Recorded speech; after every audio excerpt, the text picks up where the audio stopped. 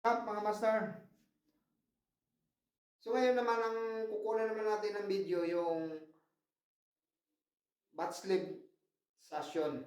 Okay? So ito yung butt sleeve niya, no? So ngayon mga master, binubutasan sana natin para lang kasi madalas pagka ako ay magre-repair, kinakabit lang natin kaagad tong magkakasama yung mga ringworm. Kaya lang mga master, may mga namuti or bumigay yung pandikit sa parte na yan. So, sa tingin ko, kailangan nating tanggalin. Dahil ito na nga po, natanggal ko. Okay. So, ito, hindi ko sure kung talagang pero parang naman, hindi dapat, ang alam ko, kapag sa originasyon, no, hindi aluminum. Okay. So, ito sa tansa ko, aluminum. Pero sa tingin ko, kasi dapat to, yung parang pilak to no? Ang kadalasan na mga nasisira kong syon kasi sinauna pang mga syon nagawa ko or mga nare-repair kasi nung panahon ni Nikoy, kalakasan ng mga syon dito sa atin.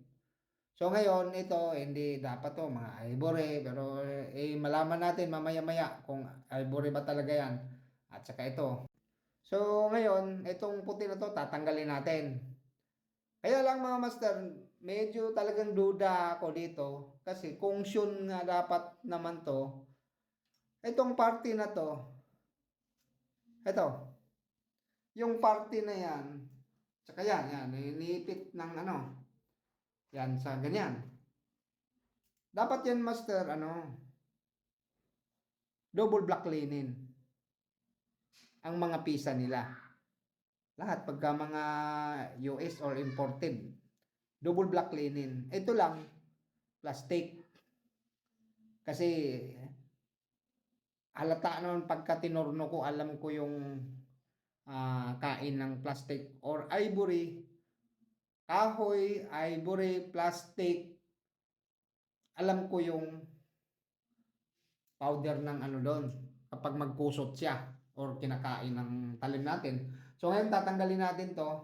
Yan, pakita ko sa inyo kasi hindi po pwedeng irekta na lang natin to na isuksok para ang problema, bumibigay na yung mga pandikit niya. Okay.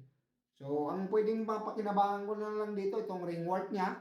I-check ko kung ivory ito, pero kung hindi or baka may karta o hindi ko alam kung may mga labas ang show nung araw na ganun. So, posible mapapalitan ko na to kasi pasira na rin.